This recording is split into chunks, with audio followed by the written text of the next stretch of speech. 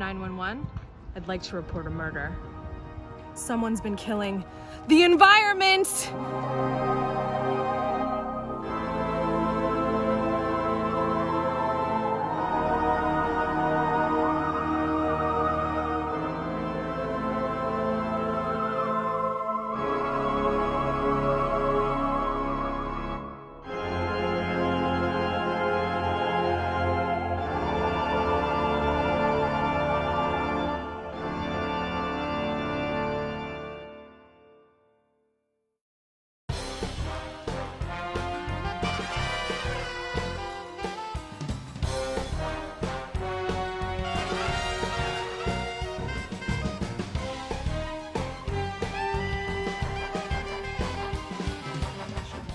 Yeah, it looks pretty dead.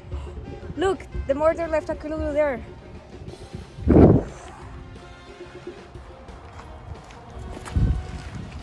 Oh, the more of them you take, the more of them you leave behind. How could that be possible?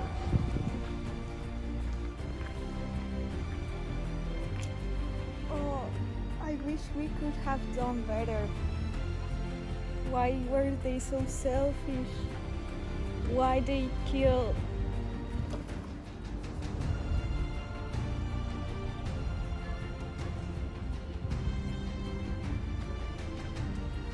We need to solve this mystery before it's too late.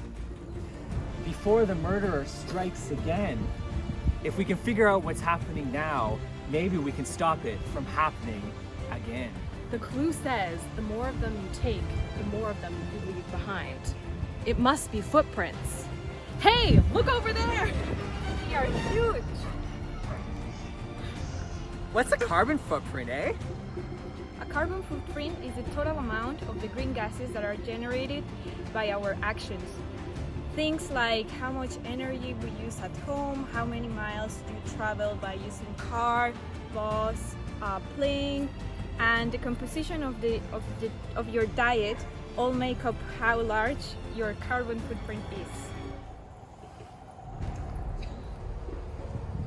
So you're telling me, because I like to leave all my lights on when I'm not home, my carbon footprint is getting bigger?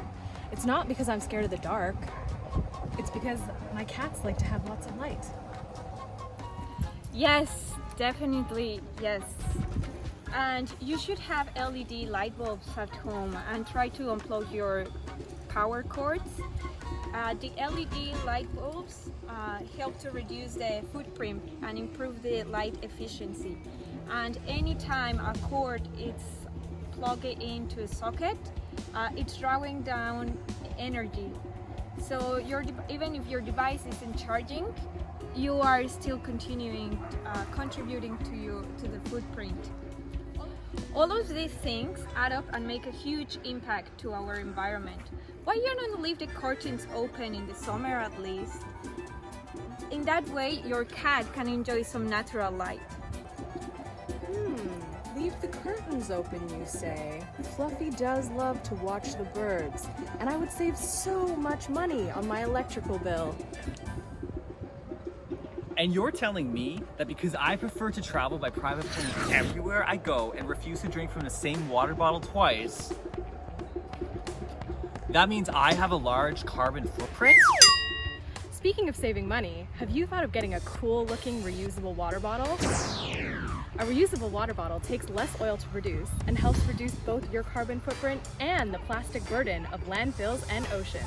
Plus, many places give you a discount if you bring your own.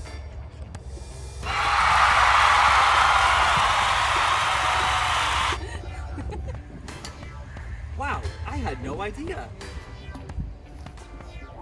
Just one person switching to a reusable water bottle keeps 2,580 balloons at CO2 out of the air per year. Talk about lighter footprint.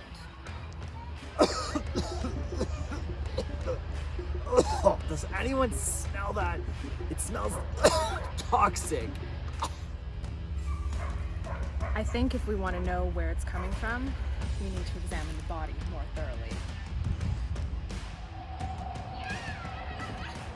Oh no, it looks like the air is suffocated by air pollution and garbage. I'm not surprised. More than 92% of the world's population lives in areas where air pollution exceeds safe limits. I've heard that air pollution is the fourth largest threat to human health, behind high blood pressure, dietary risks, and smoking. No. Kyle, I have a great idea. What if we don't sail your private plane and we buy bikes for the three of us and then we go to work by biking? That sounds like a great idea, and we can use leftover money to buy a bus pass when it rains. Okay, that's great. We should go and celebrate all together. Why we don't order a steak from Europe? I mean, I do love steak from Europe, but it's kind of far, which would increase our carbon footprint. Actually, beef in general has quite a high carbon impact because of the land and resources required to produce it. 1 pound of beef is about 57 pounds of CO2, which is the same as burning 10 liters of gas in your car. Why don't we take our new bikes and check out the farmer's market this weekend? I heard they're having a sale on peaches, and we can buy local food. Great, and the farmer's market has so many fruits, veggies, so many good fruits. They all make me feel healthy and happy.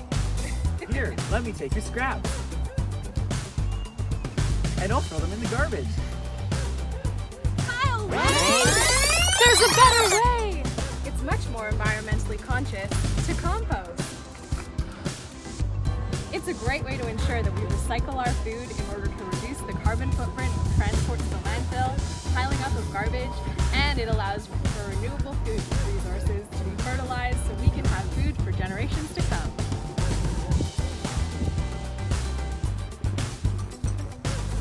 Wow, I never thought of it like that.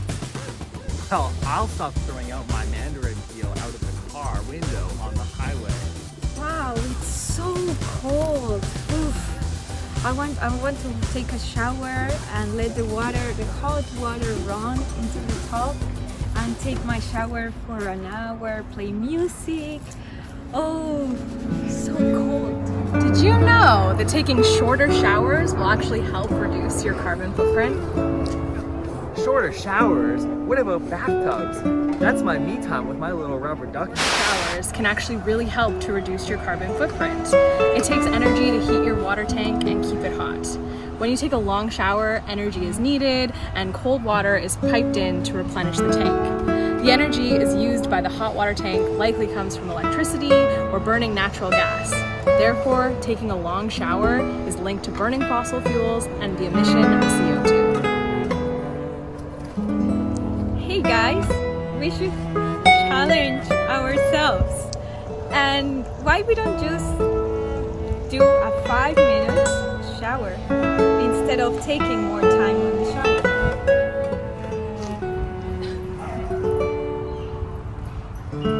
I think I'm beginning to see the problem. Between creating too much waste, not disposing of it properly, and not being very conscientious of our energy consumption, it's no wonder that the Earth is dying. I guess we found our culprit then. What? It was all of us the whole time. The detectives then worked together to reduce their carbon footprints.